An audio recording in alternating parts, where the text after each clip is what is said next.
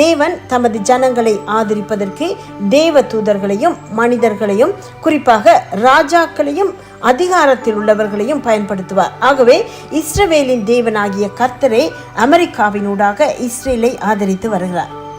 பல முரண்பாடுகளுடன் ஒரு நிலையற்ற பிராந்தியமாக விளங்கும் மத்திய கிழக்கில் அமெரிக்காவின் போர்த்தந்திரம் மற்றும் பாதுகாப்புக்கு இஸ்ரேல் துணை நிற்பது மற்றும் ஒரு பிரதான காரணமாகும்.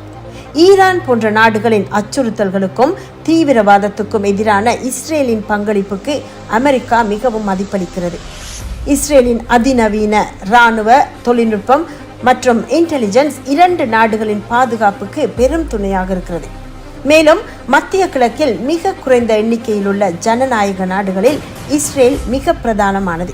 ஆகவே ஜனநாயக கொள்கையுடைய அமெரிக்கா இஸ்ரேலுடன் இணைந்து செயல்படுவதால் அப்பிராந்தியத்தில் ஜனநாயக அரசியல் கொள்கைகளை நிலைநிறுத்துவதற்கு